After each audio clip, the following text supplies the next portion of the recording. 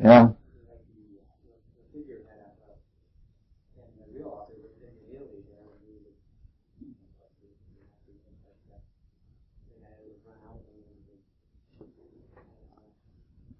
Yes, I've heard all of those things, and I'm not really too much interested in them because, I don't know, it doesn't have anything to do with the reality. All right. We're about to finish the reading and the running commentary of Romeo and Juliet. And the next time we have a long and hard and hopefully deep theme talk on what we're trying to get at. So we have only Act 5 tonight, which has 3 short scenes, and we should easily be able to do all of that, even if it takes us till midnight. Let's see. We start on page 106, and let's read the whole business. I suppose I can start out.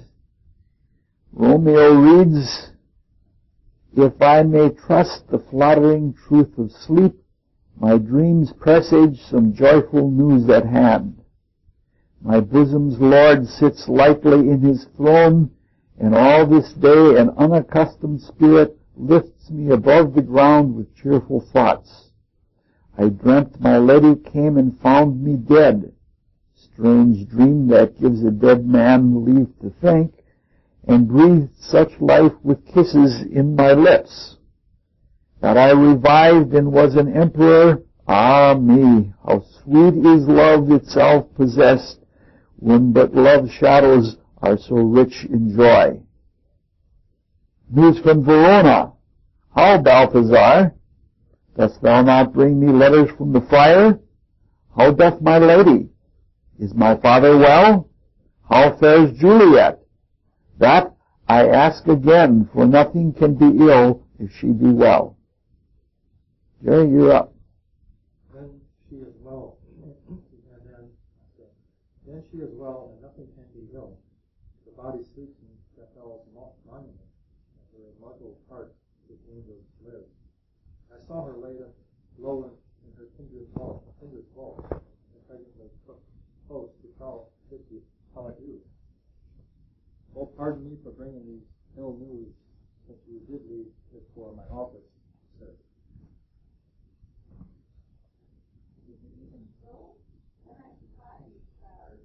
Thou knowest my logic. Get me ink and paper and hire full forces. I will have tonight. I do beseech you, sir, have patience. Your lips are pale and white, and your heart some attention. Hush, thou art deceived. You can do the thing I bid you do. Hast thou no letters to me from the friar? Don, you're up. No, my good lord. No matter. Get thee gone, and hire those horses. I'll be with thee straight. Well, Juliet, I will lie with you tonight. Let's see for means. O mystery, thou art swift to enter in the thoughts of desperate men. I do remember an apothecary, a hereabouts that dwells. With rain I noted in tattered weeds, in overwhelming grounds, culling of simpleness. Neither were his locks, sharp misery had worn into the bones, and in his needy shop a tortoise hat, stuffed with other sins, a filter-fed fishes, and bounty shells of beggarly cans of empty boxes, lean earthen pots, bladders, and rusty seeds, remnants of packthread, and old cakes of roses were thinly scattered to make up a show. Nothing but penury to myself, I say. And if a man did meet a poison man, whose sale is present death in Antwerp, here is a case of threat in solitude. Oh, the same thought is but fallen by me, and this same needy man must solve me. As I remember, this should be the house, being holiday, the biggest shop is shut. Oh, apothecary. Who calls so loud? Come hither, man. I see that thou art poor. Hold, there is 40 ducats. we may have a dram of poison, such soon sweetened beer, as will disperse itself through all the veins, that the life-weary taker may fall dead, and that the trunk may be discharged of breath, as violently as hasty powder fired, so hurried from the fatal cannon's womb. Such mortal drugs I have, but Mantua's law is deaf to any that utters them. Art also barren, full of wickedness, and spirit keeps to die. Famine is thy cheeks, need, and oppression starving in thy eyes, contempt and beggary pains upon thy back.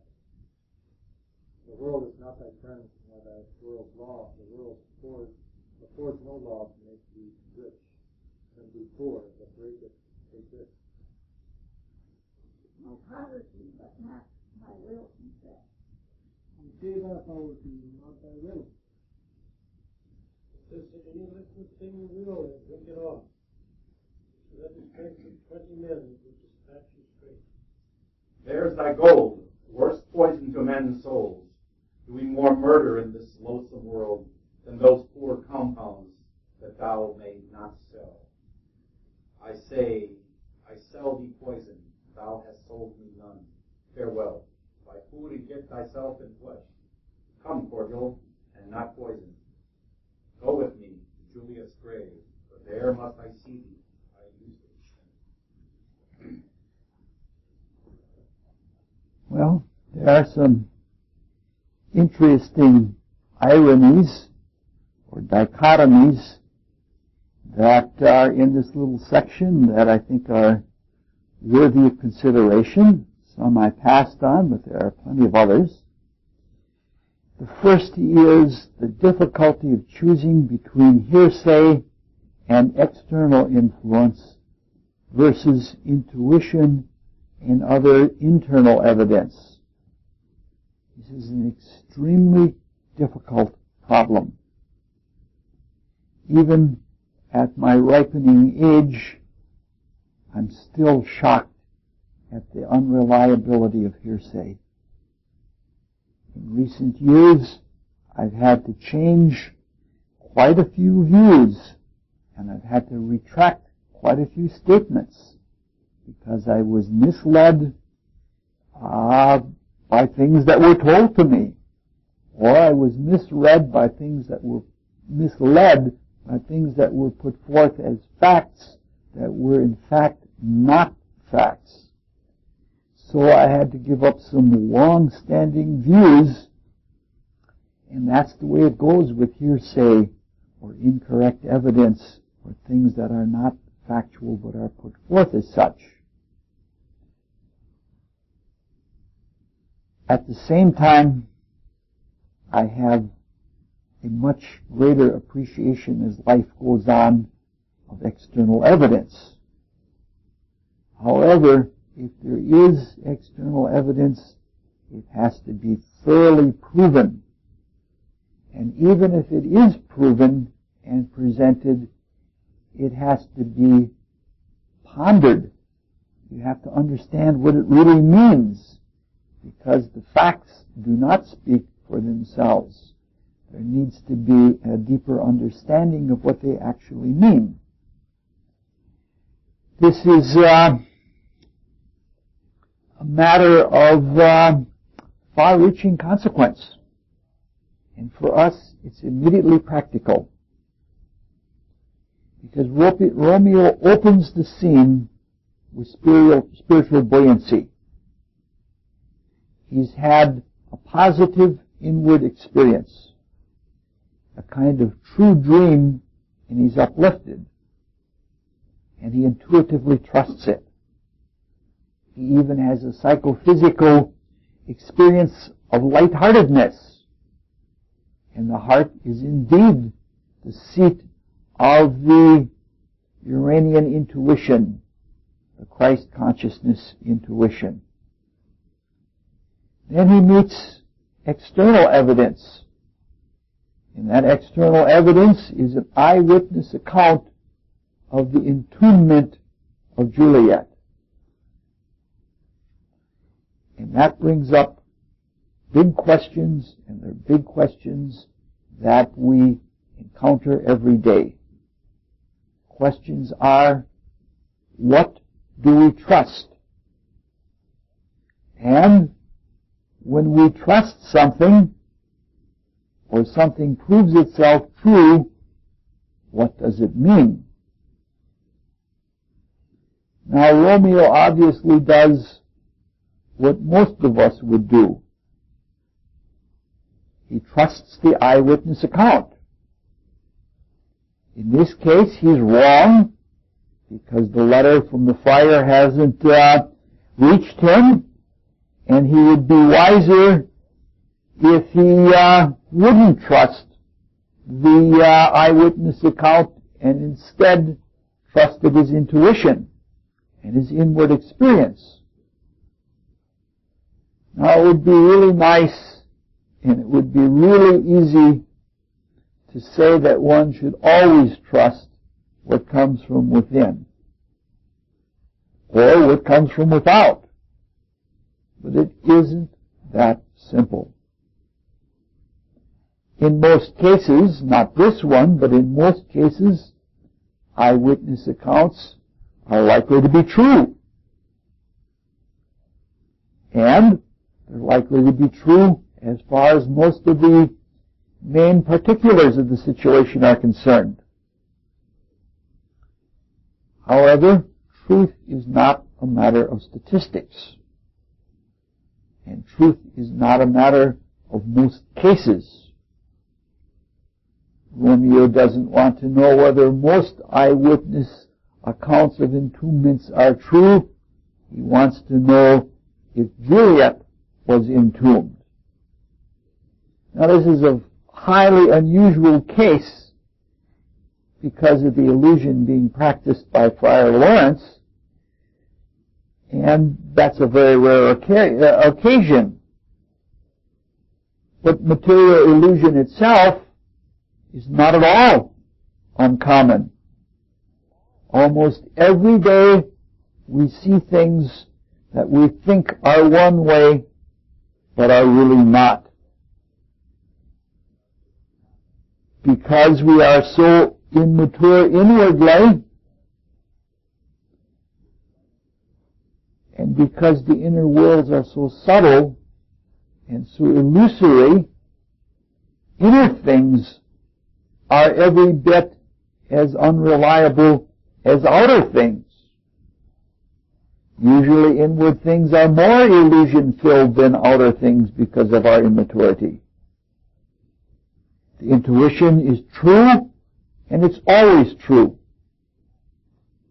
But we don't always distinguish intuition from desire impulses or wishes or other things that come from within us that are not true.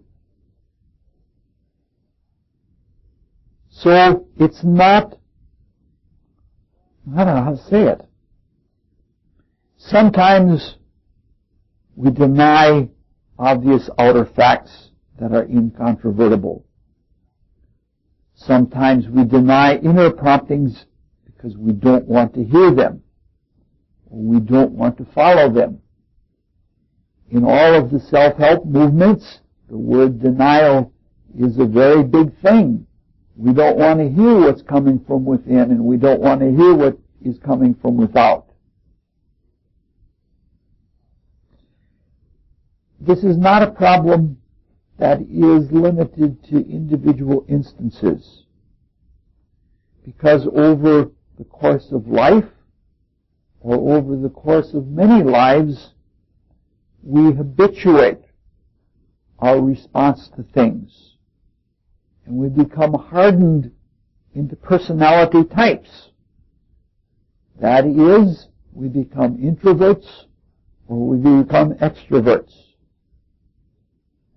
Introverts are by nature, even if they're self-produced, suspicious of external things, and even fearful of them and the power that external things can have over them. Conversely, extroverts are suspicious of inner promptings. Sometimes they're even suspicious of thoughts. They get a creepy kind of feeling about mystical promptings.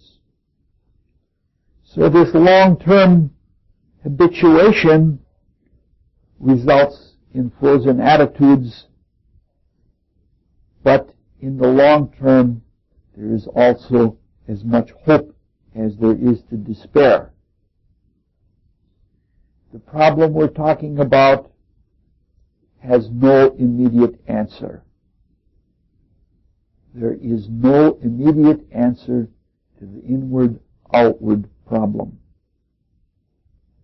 We have to outgrow our immaturities. We have to outgrow our prejudicial attitudes, and we have to develop good tools and good habits. That takes a considerable amount of applied effort, and it takes a long time, even without resistance. And there's plenty of resistance to it. Until then, we're basically living in faith, and we're living in uncertainty. Even with faith and uncertainty, it isn't bad living, but that's what we have to rely on. But in order to reach that inevitable time in the future, when we won't make these kinds of mistakes in judgment or misperception or inward misunderstanding, we have to dive into the material world, and we have to enjoy it, and we have to appreciate it.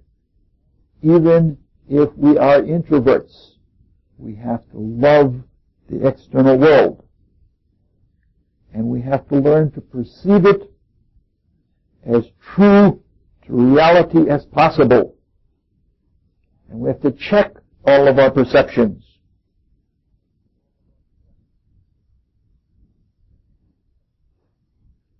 We must also enter into the inner world with as much abandon and with as much scrupulousness about the truth of inner things. If we do this well, we maintain an inner-outer balance. And if we are objective about outward and inner things, we free ourselves from personal prejudices, from likes and dislikes or preferences that keep us from being able to see the truth. Moreover, the inner world has to be perfectly aligned to the outer world, so that the meanings or the impressions that we receive inwardly have to be exactly true to what's happening externally. As we do these things, we become more and more likely to know the truth. As a sidelong benefit, our insights are more likely to be deeper.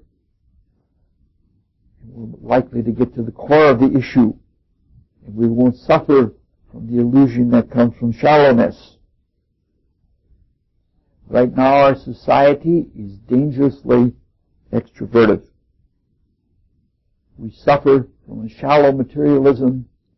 Culture thinks that the truth is outward and only outward.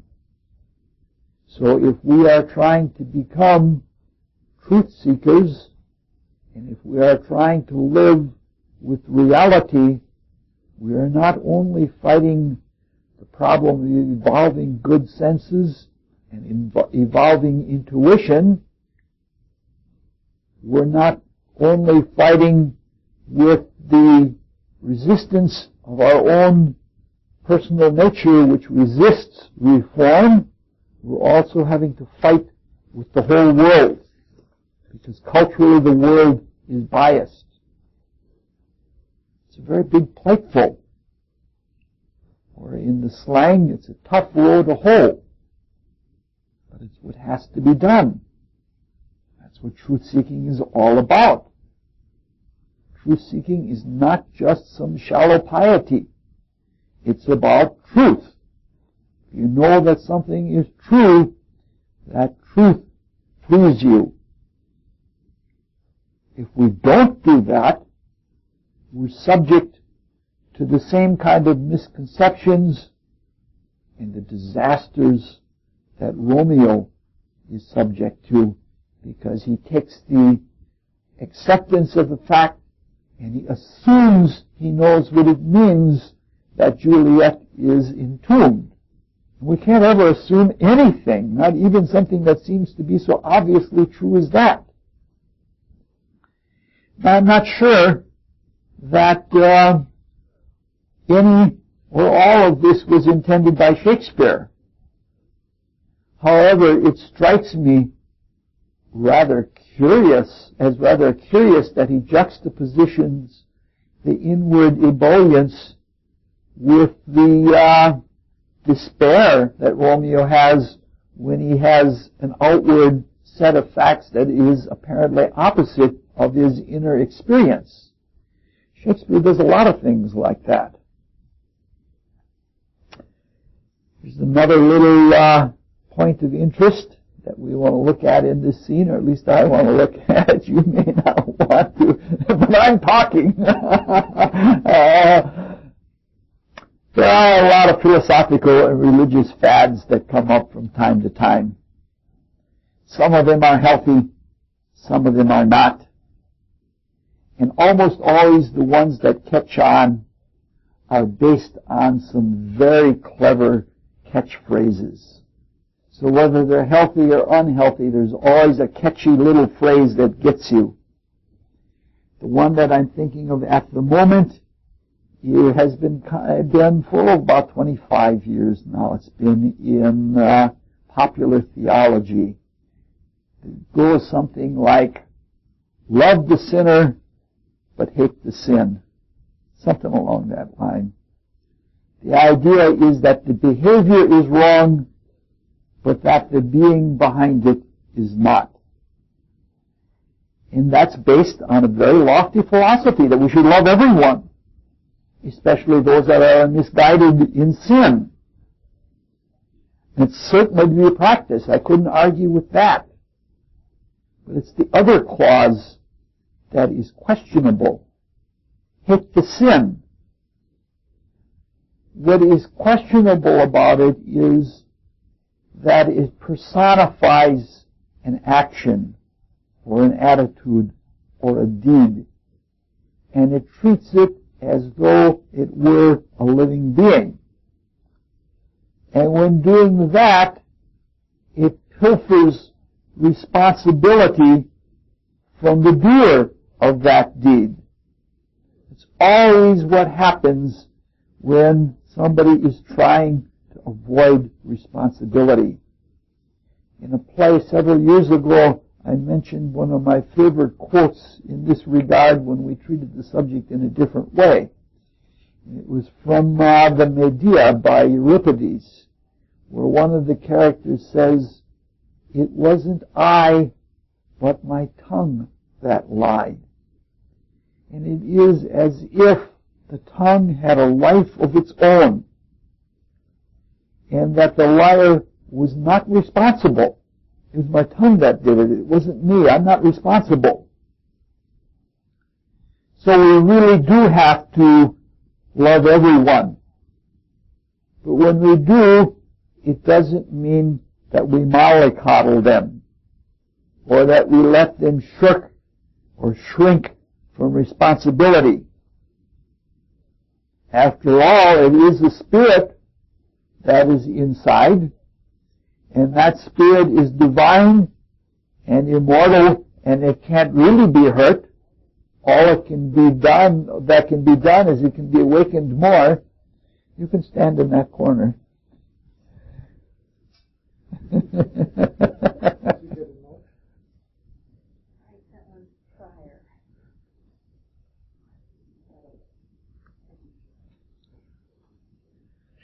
So that the spirit can't really be hurt. That doesn't mean that when somebody does something wrong, we should tee off on them and try to offend them or hurt hurt their personality or cause them to dig in any further, but I do think it means that we call a spade, and that we bring the attention of the Spirit to an awareness of its responsibility. And if we're doing that, we're actually helping. Whereas if we say, love the sinner, hate the sin, what we're doing is we're removing responsibility.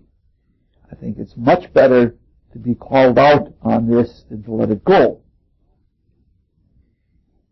This kind of thing, which is pseudo-moral or pseudo-ethical as a deceit, is called casuistry. Each dictionary pronounces it different. My old dictionary is called casuistry, but on the modern dictionary it's called casuistry. The modern dictionary pronounces, so I don't even have to read the pronunciation bars. And a casuistry is to principle or to ethical behavior what sophistry is to knowledge or to wisdom. It's a kind of phony imitation. Romeo is very aware of the power of this deceit, and he applies it quite cleverly. He says, I'm paying your poverty for the illegal drug, but not your will, meaning the will being the spiritual principle that is breaking the law. In a way, Romeo is more despicable than this poor vendor. He's playing on the weakness of his poverty, and he's giving him a false alibi, saying, I'm only paying your poverty, I'm not paying you. At this juncture, another issue comes up, and Shakespeare does something that is very interesting.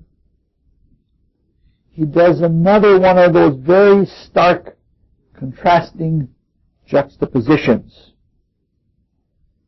He has Romeo moralize by saying he's giving poison to the vendor by giving him gold, and the moralization is shocking. It is to me anyway, in the light of what he's just done. In the first place, he's wrong. Gold is not poison. It's merely the selfish desire that is poison. The gold itself isn't.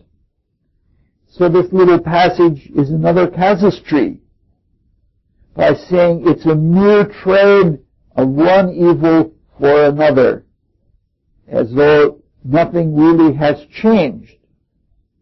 In any case, Romeo, after what he has done to this poor guy, has no credibility to moralize and say, I've given him poison.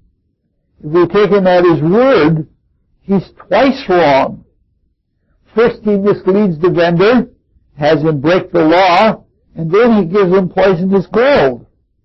And he does all of this so that he's able to commit suicide. So there's a triple header here. Now, I don't know what Shakespeare is doing in this passage. I really don't know what he's doing. Maybe it's meant to offend us. But Romeo certainly doesn't come out looking very good in this situation. He doesn't come out looking very good at all. All right. We're ready to read Act 5, Scene 2, all of which will be read by Rosalind Hamilton for coming in late. Who's up? Holy Franciscan Father, Brother, Holy. This same should be the voice of Friar John. Welcome from Mantua. What says Romeo? For if his mind be writ, give me his letter. I'm going to find a barefoot brother out. One of your order to associate me? Here in this city, visiting the sick, and finding him, the searchers of the town, suspecting that we both were in a house where the infectious pestilence did reign, sealed up the doors and would not let us forth, so that my speed to Mantua there was saved.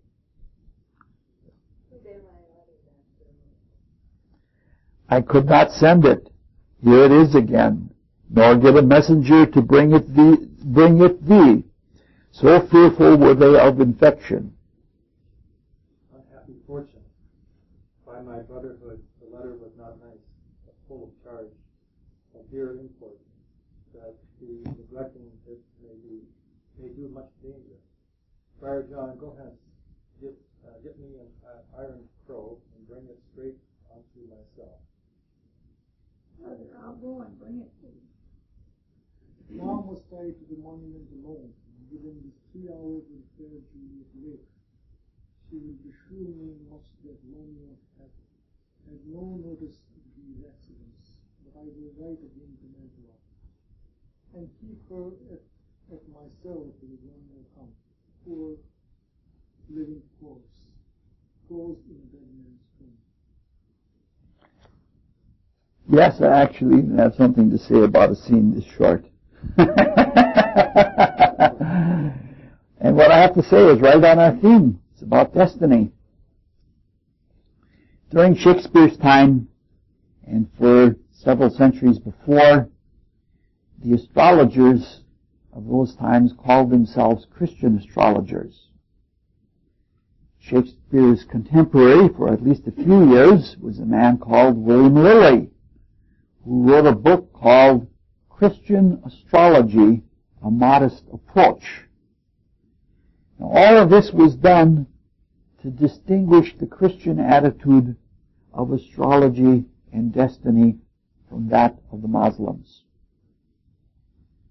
During the Renaissance, astrology, philosophy, quite a few other cultural vehicles came from the Muslims, because the Muslims had preserved them and had modified them and had extended them during the so-called Dark Ages, when in Christendom nothing much was culturally studied. It was an inward time, and there was a lot of superstition and all sorts of other things going on. However, Islam had very different values and very different ideas about destiny than Christianity did. Their view was very fatal, especially their astrology was very fatal. Everything that happened was the will of Allah.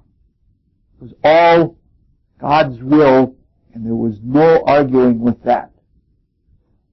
If one studied astrology, all one could hope to do was to discover what God's will was in the first place. In Christianity and in Christian astrology, there was an attitude that had at least some free will to it. Free will to self-determination. The very will that Romeo speaks to when he is talking to the herbal vendor in the previous scene. The view was that we are not completely free, but we're not completely fated either. And that as Christians it is our duty to become free as much as possible and to apply ourselves to all of the things in life. If we look at Friar Lawrence, thus far in the play, he's shown this free Christian spirit. He tries to work things out so that everything comes out positive for Romeo and Juliet, and so that things work out positively for the family. However, when Friar John, the messenger to Romeo, is waylaid, and the circumstances are such that he is quarantined for a considerable amount of time, Friar Lawrence is exasperated. And despite his very strong Christian leanings, he is aware, and he blurts out, as we always do in those moments of exasperation, another view. And so on line 17, he blurts out, unhappy fortune. He knows that there is a fortune or a fate that he can't do anything about. And once blurted out, he doesn't give up. Immediately after he has uttered this and realized that there were things that he couldn't control, he doesn't give up, he doesn't become fatalistic. First thing he does is says, give me a crowbar. And he is ready to get there to Juliet and try to make things work out as well as he can have them work out. He gets thwarted again, but that's all right. The spirit is right. All right, let's read the last scene, and Mark is up to bat. Give me thy torch, boy, hence, and stand aloof. Yet put it out, for I would not be seen. Under yon yew trees lay thee all along, holding my ear close to the hollow ground.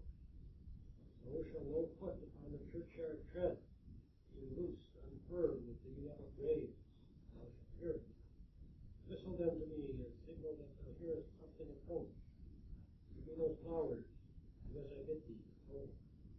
I am almost afraid to stand alone here in the churchyard, yet I will adventure. Sweet flower, with flowers thy bridal bread I strew. O woe, thy canopy is dust and stones, which with sweet water nightly I will do. For, wanting that, with tears distill thy moans, the obsequies that I for thee will keep nightly shall be to strew thy grave and weep. The void is warning, something doth approach. What cursed wonders this way tonight, to cross my obsequies and true love right? What, with a torch? Muffle me tonight a while.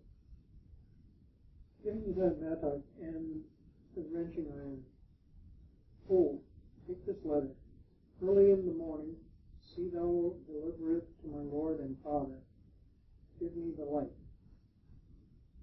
Upon thy life I charge thee, whate'er thou hearest or seest, stand all aloof, and do not interrupt me in my course. Why descend into this bed of death is partly to behold my lady's face, but chiefly take thence from her dead finger precious ring, a ring that I must use. In dear employment, therefore hence be gone. But if thou jealous dost return to pry in what I farther shall intend to do, by heaven I will tear thee joint by joint, and strew this hungry churchyard with thy limbs. The time and my intents are savage wild, more fierce and more inexorable far than empty tigers or the roaring sea. I will be gone, sir, and not trouble thee. So shalt thou show me friendship. Take thou that. Live and be prosperous, and farewell, good fellow. For all this time I'll hide me hereabout. His looks I fear, and his intents I doubt. Thou detestable maw, thou womb of death, gorged with the dearest morsel of the earth. Thus I enforce thy rotten jaws to open, and despite I'll cram thee with more food. This is that vanished, haughty Montague. that murdered my loved cousin, with which grief it is supposed the fair creature died, and here is come to do some villainous shame to the dead body. I will apprehend him. Stop thy unhallowed vile quantity. Can vengeance be pursued further than death? Then, villain, I do apprehend thee. Obey and go with me, that I must die. I must indeed, and therefore I come, hither I come. Good gentle youth, tempt not the desperate men. Fly hence and leave me. Think upon these gone. Let them affright thee. I beseech thee, youth, put not another sin upon my head by urging me to fury. Oh, be gone. By heaven, I love thee better than myself. For I come hither armed against myself. Stay not, be gone, live, and hereafter say, the madman's mercy bids thee away. I defy thy conjuration, and apprehend thee for a felon here. Wilt thou provoke me? Then have at thee, boy. O Lord, we fight, I will go for the watch. Oh, I am slain. If thou be merciful, open the tomb, lay me with Juliet. In faith I will. Let me pursue her views this case. The fruit kinsman, noble country fair. What said my man when my betrothed soul did not attend him as he rode? I think he told me Paris should have married Juliet. Said he not so? Or did I dream it so? Or am I mad, hearing him talk of Juliet, to think it was so? Oh, give me thy hand. Oh, writ with me in Sour's misfortune's book. I'll bury thee in triumphant grave. The grave? Oh no, a lanthorn slaughtered red youth. For here lies Juliet, her beauty makes this vault a feasting presence full of light. Death lie thou there by a dead man's interred. How oft when men are at the point of death have they been mirrored, which the keepers call a lightning before death? Oh, how may I, calling this a lightning, oh my love, my wife, death that hath sucked the honey of my breath, hath had no power yet upon thy beauty. Thou art not conquered, beauty is ensigned yet. Is crimson in thy lips, in thy cheeks, and death's pale flag is not advanced there.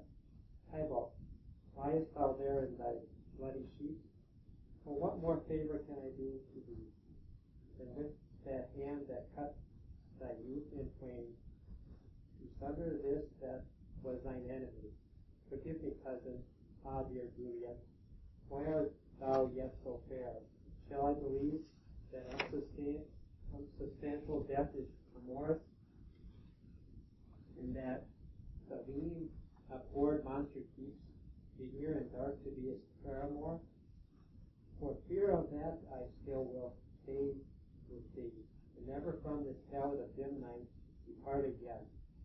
Here will I remain, with worms that are thy chambermaids. Oh, here, why set up thy everlasting rest, and shake the yoke of inauspicious stars from this world-weary flesh. Eyes look your last, arms take your last embrace, and lips, O you, the doors of breath, seal with the righteous kiss, a dateless bargain to engrossing death. Come, bitter conduct, come, unsavory guide, thou desperate pilot, now at once run on the dashing rocks thy seasick weary bark. Here to my love, O true apothecary, thy drugs are quick, thus with a kiss I die. Take time to see my speed, how oft tonight have my old feet stumbled astray. Who's there? Here's one, a friend, and one that knows you well. Bliss be upon you. Tell me, good my friend, what torch is yon that beaming lends his light, his rubs and eyeless spout, as I discern it burn in the apple monument? Just so, holy sir, and there's my master, one that you love. Who is it? Romeo. How long has he been here? Full half an hour. On top of 115 where the first friar speech. Go with me to the vault. I dare not, sir. My master knows not, but I am gone hence, and fearfully did menace me with death. I did stay to look on his intents. Stay then, I'll go alone. Fear comes upon me. Oh, much I fear some ill and As I did sleep under this yew tree here, I dreamt my master and another fought, and that my master slew him. Alack, alack, what blood is this which stains the stony entrance of this sepulchre? What means these masterless and gory swords to lie discolored by this place of peace? Keep going. Oh, Romeo, oh, pale, who else? What, Paris too? And steeped in blood? Ah, what unkind hour is guilty of this lamentable chance to Lady Spirit? comfortable friar, where is my Lord? I do remember well where I should be, and there I am. Where is my Romeo? I hear some noise. Lady, come from the nest of death, contagion, and unnatural speech.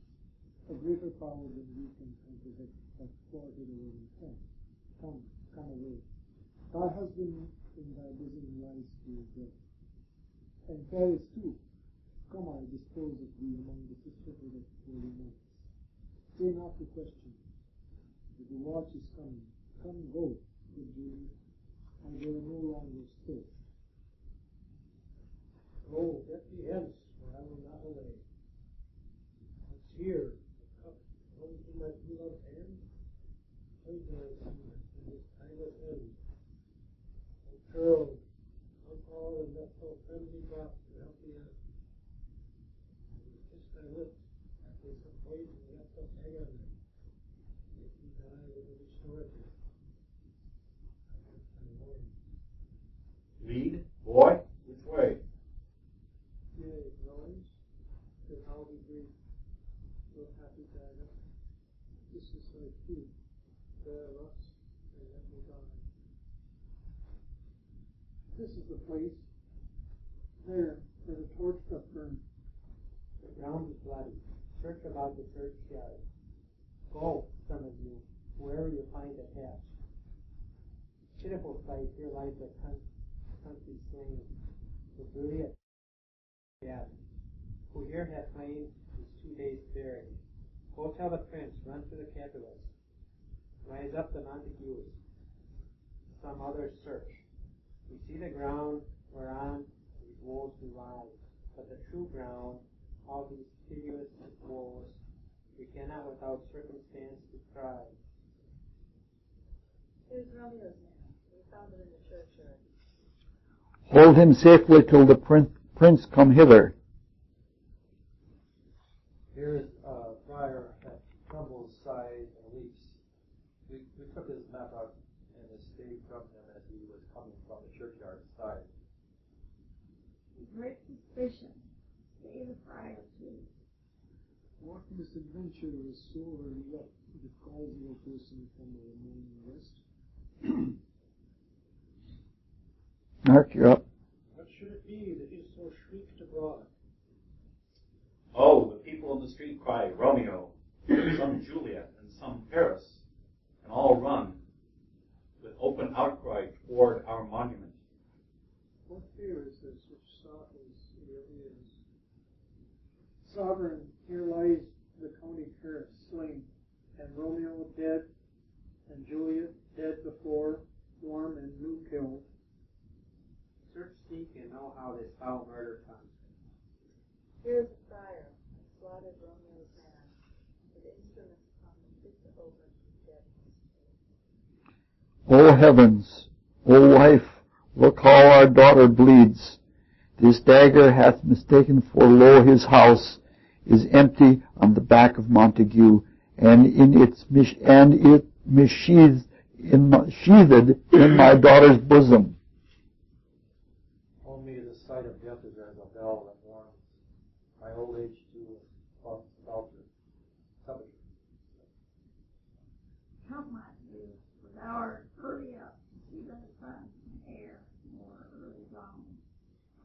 Alas, my liege, my wife is dead tonight. The grief of my son's exile has struck her breath. What further woe conspires against my age? Look, and thou shalt see. O thou untaught, what manners is in this to press before thy father to a grave? Seal up the lamp of outrage for a while, so we can clear these ambiguities and know their spring, their head, their true descent. And then will I general of your woes and lead you even to death. Meantime, forbear, and let mischance be slave to patience. Bring forth the parties of suspicion. I am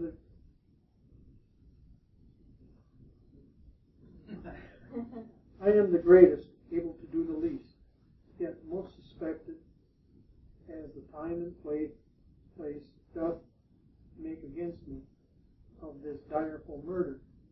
And here I stand, both to impeach and purge, myself condemned and myself excused. Then say at once what thou dost know in this. I will be brief, though my short dated breath is not so long as the tedious tale. Romeo, there dead, was husband to that Julia, and she, there dead, that Romeo's faithful wife. I married them, and the stolen marriage day was Tybalt's doomsday, whose untimely death banished the new-made bridegroom from the city. For whom, and not for Tybalt, Julia pined. Youth removed that siege of grief from her, betrothed and would have married her perforce, became heroine. Then comes she to me, and with wild looks bids me devise some means to rid her from such a marriage, or in my cell there would she kill herself. Then gave I her, so tutored by my art, a sleeping potion, which so took effect, as I intended, for it wrought on her the form of death. Meantime I writ to Romeo that he should hither come, as his dire night to help take her from her borrowed grave, being the time when the potion's course should cease. But he which bore my letter, Friar John, was stayed by accident, and yesternight returned my letter back. Then all alone, at the prefixed hour of her waking, came I to take her from her hindered fault, meaning to keep her closely at myself till I conveniently could send to Romeo. But when I came, some minute ere the time of awakening, here untimely lay the noble Paris and true Romeo dead. She wakes, and I entreated her come forth, and bear this work of having patience. But then the noise did scare me from the tomb, and she, too desperate, would not go with me, but as it seemed did violence on herself. All this I know, and to the marriage her nurse was privy, and if aught in this miscarried by my fault, let my old life be sacrificed some hour before its time, unto the rigor of severest law. We still have known thee for a holy man. Where is Romeo's man? What can he say to this? I brought my master news of Juliet's death. And then in close we came from Mantua, the same place of this monument, this letter he really did me give his father, and threatened me with death going in the vault if I departed not and left him there. Give me the letter, I will look on it. Where is the countess page that raised the watch? Sirrah, what made your master in this place? He came with flowers strewed, his lady's grave, and bid me stand aloof. And so I did. Anon, come one with light to ope the tomb. By and by my master flew on him, and then I ran away all the watch.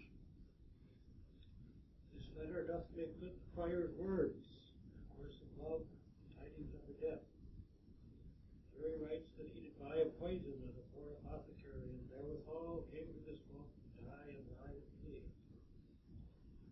Where be these enemies? Capulet, Montague, see what a scourge is laid upon your hate. Heaven finds means to kill your joys with love, die for winking after discords too. And lost grace of kinsmen, all are punished. O brother Montague, give me thy hand. This is my daughter's jointure, for no more can I demand. But I can give thee more, for I will raise her stature in pure gold, that whiles wherever by that name is known. There shall no figure at such rate be set as that of true and faithful Julia. As rich shall Romeo's by his lady's life first sacrifices of our enmity. In gloomy pieces mourning with his reins, the sun for sorrow will not show his head. Go hence to have more talk of these sad things. Some shall be pardoned and some punished. For never was a story of more woe than this of Juliet and her Romeo.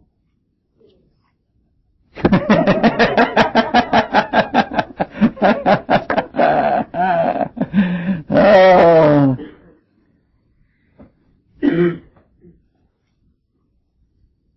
If we look at line 3, we can forgive Shakespeare his error.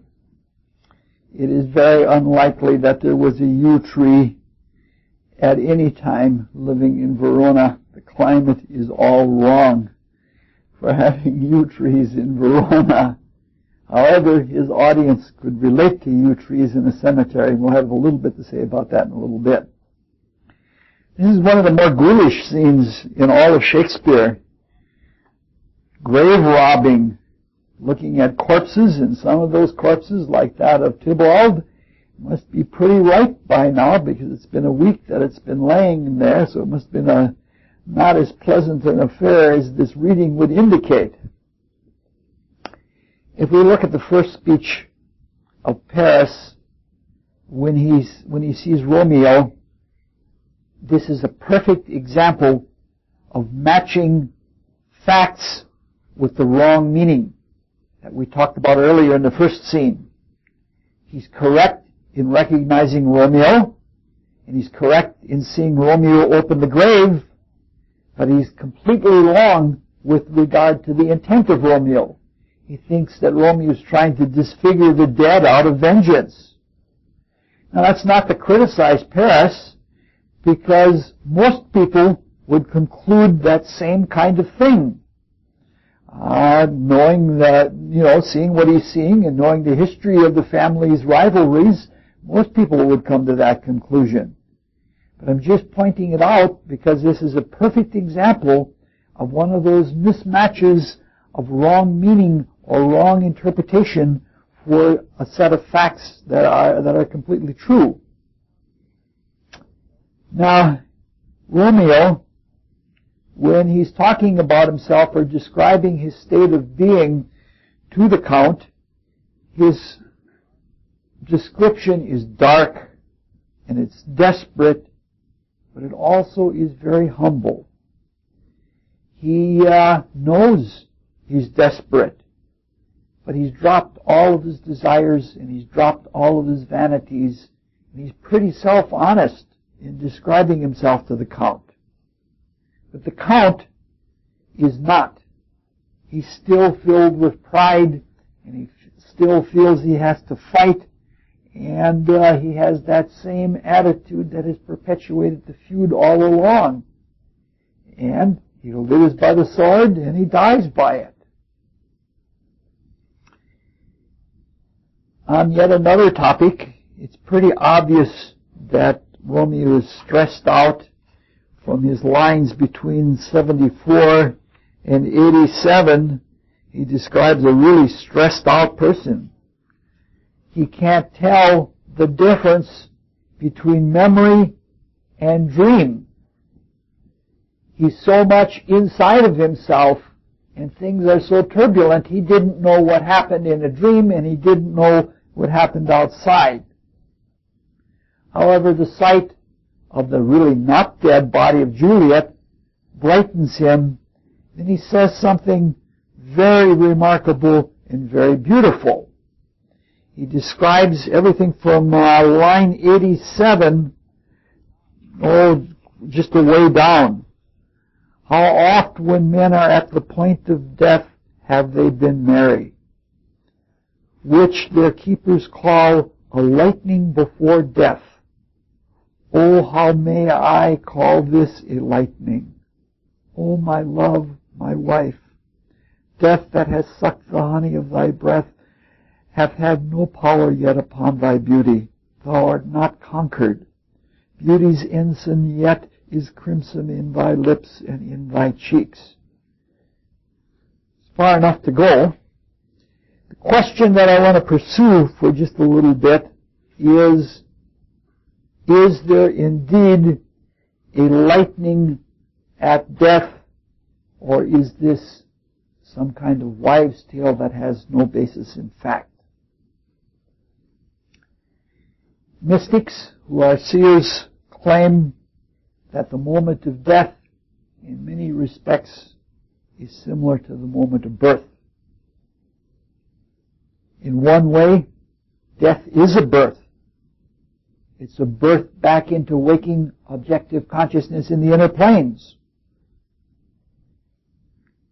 In the same way, that people are around to greet a newborn and to welcome it into the world around us with expectancy and with hope for the future. Seers tell us that at the moment of death, there are often people there ready to welcome us and to put us at ease with regard to our new life there. My father was seeing his second wife hovering around his bed shortly before he died. He was, in fact, even talking to her. So it's not so much at the moment of death that there is a welcoming of an old friend. It's that there is a concern, because some people are disoriented at the moment of death. There's even total disorientation at birth. It's a very confused experience. Now, all of these things are nice, but they don't describe anything like a lightning. So we have to talk about that, and we have to look further for that.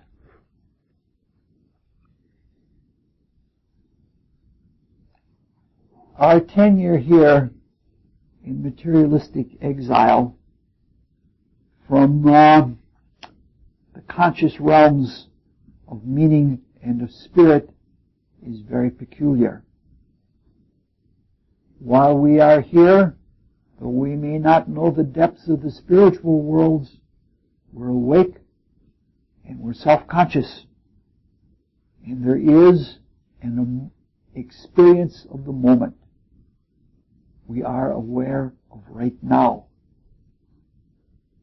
And that experience of the moment, of the present, or of the now, is pretty much the same throughout life. Yes, we do accentuate different stages or different kinds of consciousness at different stages of development. We have more emotions when we're teenagers and such. And yes, as we become older, we become more observant, we become more wise, and we become more self-conscious.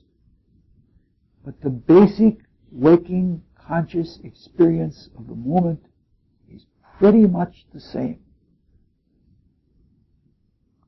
That moment doesn't know time. It's closer to eternity. When we're experiencing right now, there is not an experience of the fact that we're going to die. Not at all. We're conscious of right now. It doesn't know age. But when we're confronted with aging and the inevitability of death, we're awake just as we're always awake. Now, in our belief systems here in the material world, we're conditioned by all kinds of blind materialistic superstitions. And one of the big ones is that death is terminal, that it ends it all. All of this we have in the face of the experience of the moment.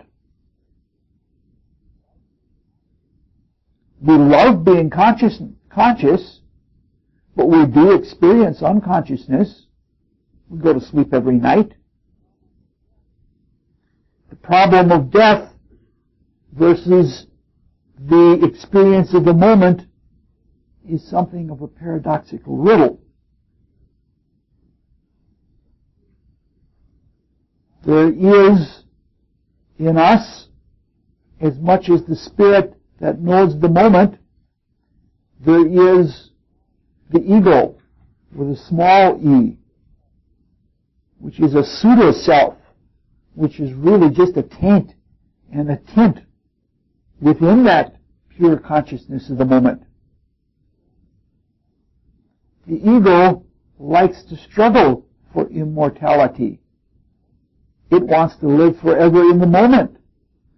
And it believes that it could do that. That despite the fact that the ego is all time conscious. And time can't swallow eternity in the same way that eternity can swallow time. The ego would like to assert itself into the moment. But the moment isn't a matter of assertion. The motivation of the ego may be fear, or it may be grandiose vanity, or selfish ends, or maybe many other things. Thus, with regard to the moment and with regard to death, there is a tension between the ego, which is in time, and the spiritual consciousness in the moment. The ego likes to struggle for immortality in the same way that some misguided people like to struggle with an illness, as though the illness were an adversary, just like the poverty of the herbal vendor. It's giving a name and a personification to something that is not so. It's an illusion. The truth is that we live as long as the will to live that the Spirit put into the creative archetype of our life before we came to birth lasts. We live no longer than that. We can spend that will sooner if we struggle with illusion, or if we waste ourselves, we can shorten our lives. But the will to live is not neutral, any more than the light that comes out of these light bulbs is neutral. The will to live has character. And that character is shared by both the self that lives in the moment and the ego that lives in time. So, when the will to live approaches its end, its character is seen from the vantage of the ego as a surrender, as a letting go, and a realization of the vain desire for personal immortality. It loses. It gives up. Consequently, there is for the ego a lightening. It does happen. It's the stuff of deathbed conversions. A lot of people let go of their selfish ways that they believed in all their life. When they realize that the end is coming, they let go, and then they can see the truth, and there is a lightening. Lightning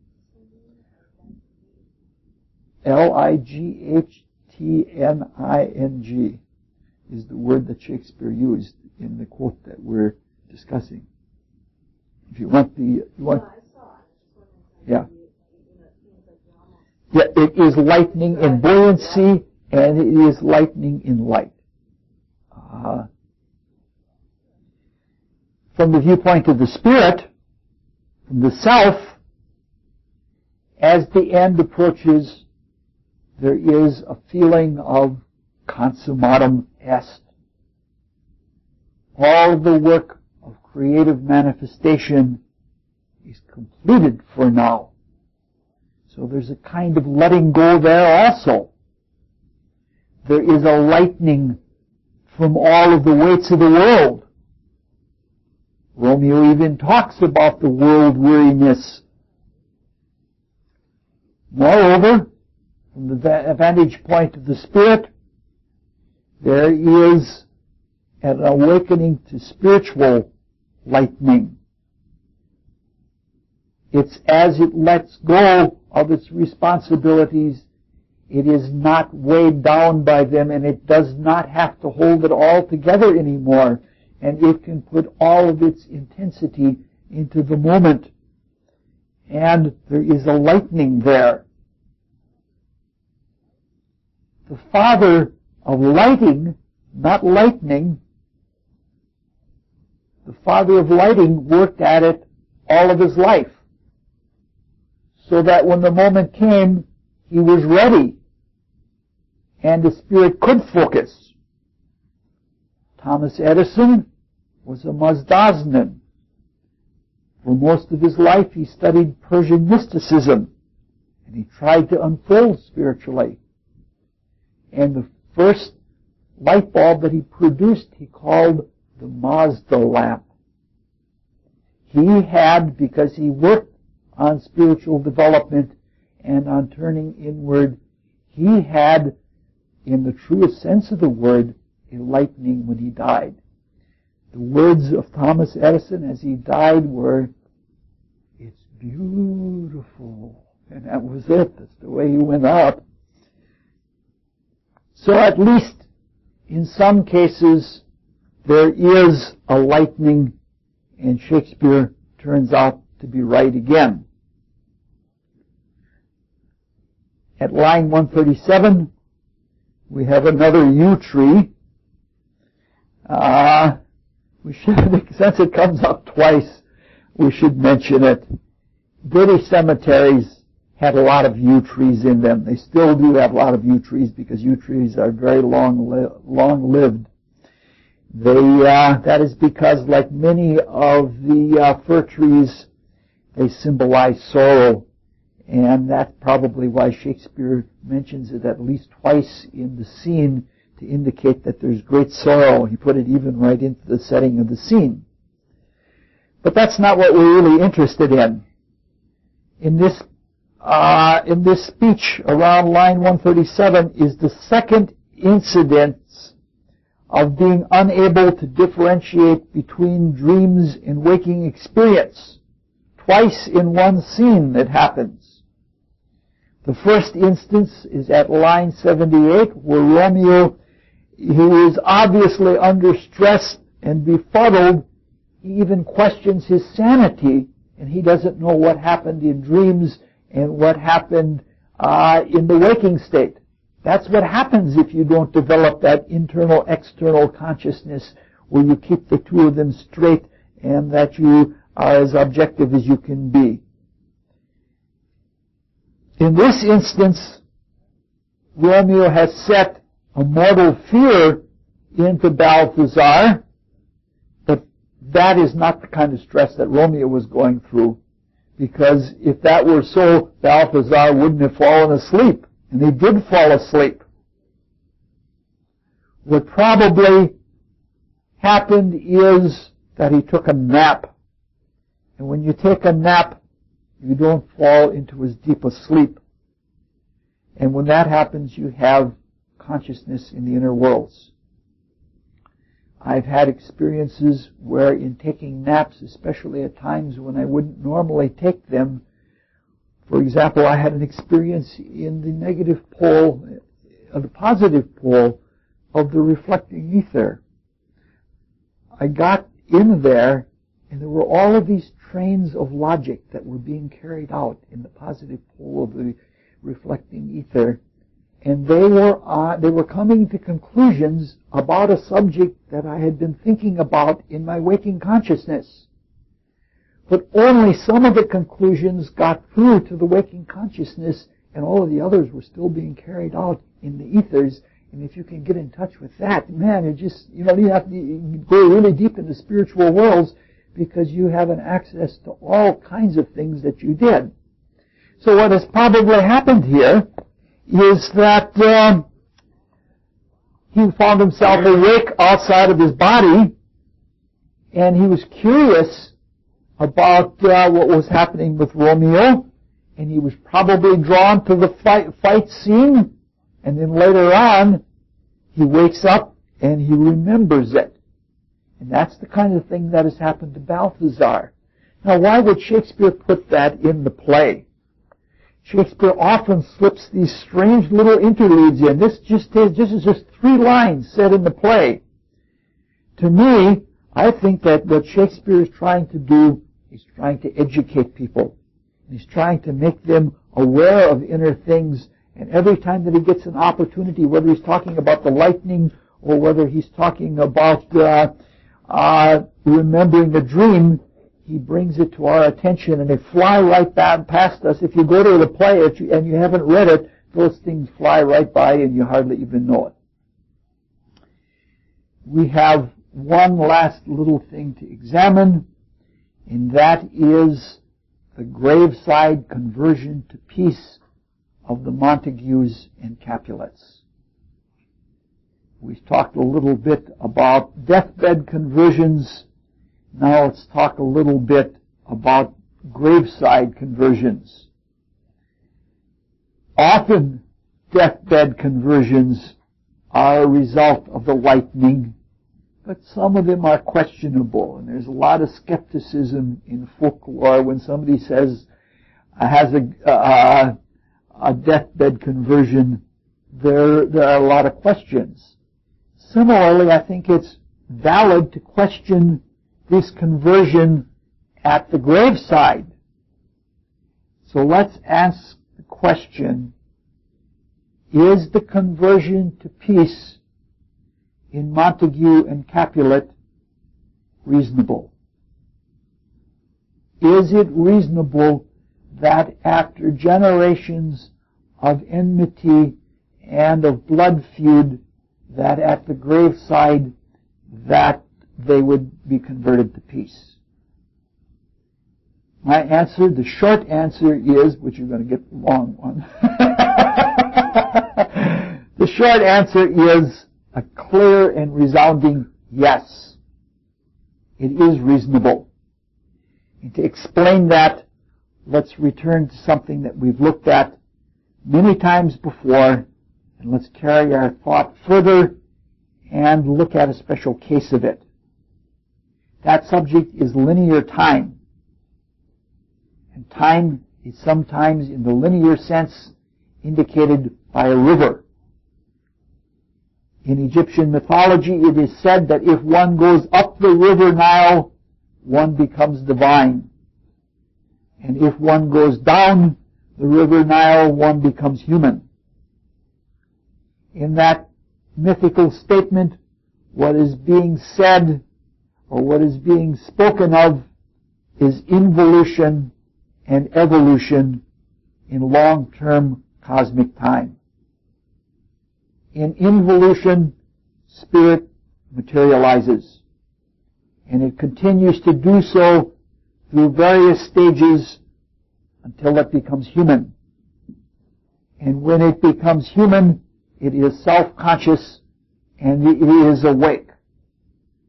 It is awake within matter, in that it has materialized.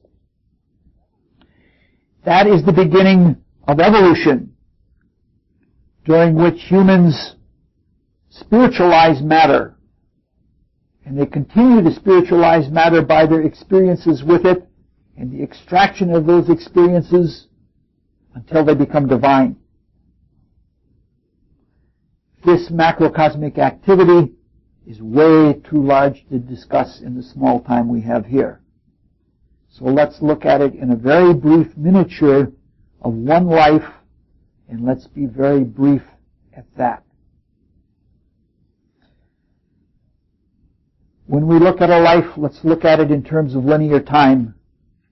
We don't even have to differentiate whether it is straight line time or circular time or spiral time. Let's just say it's linear, that it progresses along a timeline. One route of that timeline, or one direction, or one basis of it, is in human experience. And that timeline progresses forward toward the divine. It builds on the past, through the present, and into the future. The route of the other direction is divine. And it progresses backwards, at least to our human vantage, toward matter and toward humanity from what is to us the future. Sometimes this divine time is called Titanic time, or it's the time of Merlin the magician who kept getting younger. In effect, almost all of us experience both varieties of time in each lifetime, whether we realize it or not. From birth, we're always looking forward, and we're always looking upward. We look to older children, we look to our parents, and the further we go on in life, we look to God. When children are born, we look backward. And we do so increasingly, watching them develop. Even more so, we look backward when our children have children. Because as far as the material world is concerned, by the time we're grandparents, there's not a lot to look forward to in material time, except aging and material limitation. When we look forward with desire, and we incarnate more and more deeply into matter, and our bodies harden and they calcify, as things always do with desire. When we look back as an adult, we are living in etheric remembrance rather than desire. And that is an experience that lifts us out of our bodies into that softer, etheric state, and it brings wisdom. When we're looking forward, adults are role models. When we're looking backward, the adult is living through the stages that are the future to the child that it is watching into its existence. So from both points of view, the adult is the future. The adult is the divine state. Children need role models. Adults need children. They have to have someone to share their wisdom with, because the world for themselves alone has progressively less to offer. This is the natural order of things. Almost all of our human development for many, many hundreds and thousands of years has come about through this natural order of things. When that natural temporal order is broken or inverted, the consequences are extreme and they're usually painful. We're out of the order of things. And it's a shocking thing. What our consciousness is, what our bodies are a result of the natural order of things. And when things are broken, everything is upset. The agencies of destiny that help us with our destiny problems utilize things being out of the natural order. They help us with our extreme problems with them.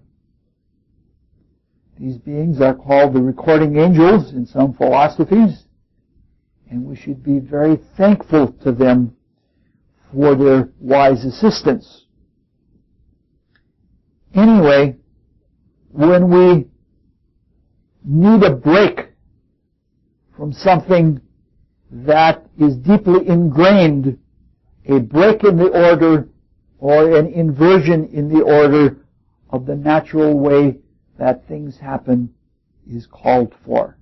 It's used by the angels of the recording angels. A few years ago, I spoke at length to an old doctor. He told me about some of the things where he had to deal with extremely contagious diseases, and he had taken the vow to serve people. And he told me in no uncertain terms that the hardest death to bear was the death of a child. especially if that child was in its prime. That means when that occurs, the adult has nothing to watch and to guide into maturity even by its watching. There's nothing left to look forward in personal life. You can't have more children after a certain age.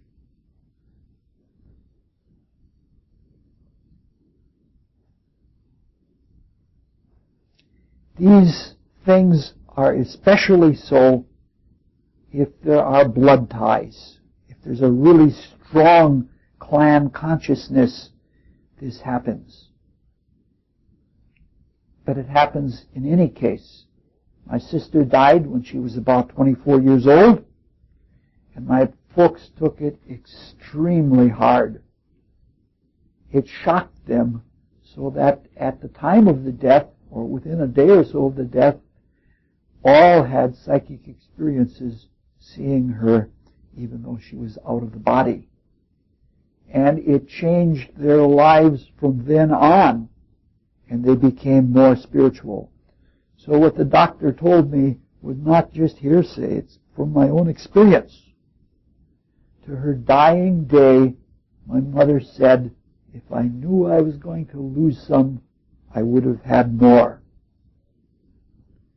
So an ingrained blood feud is a really hardened destiny condition.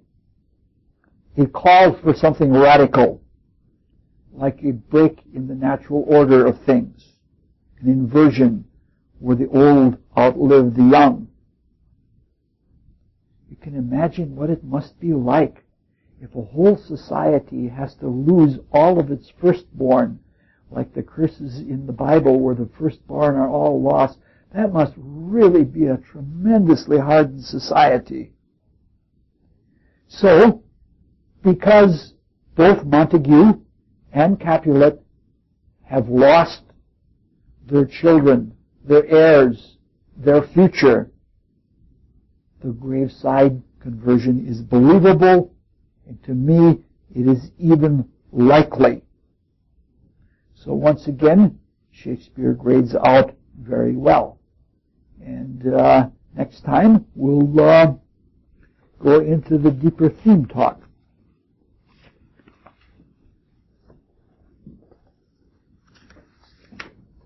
No questions?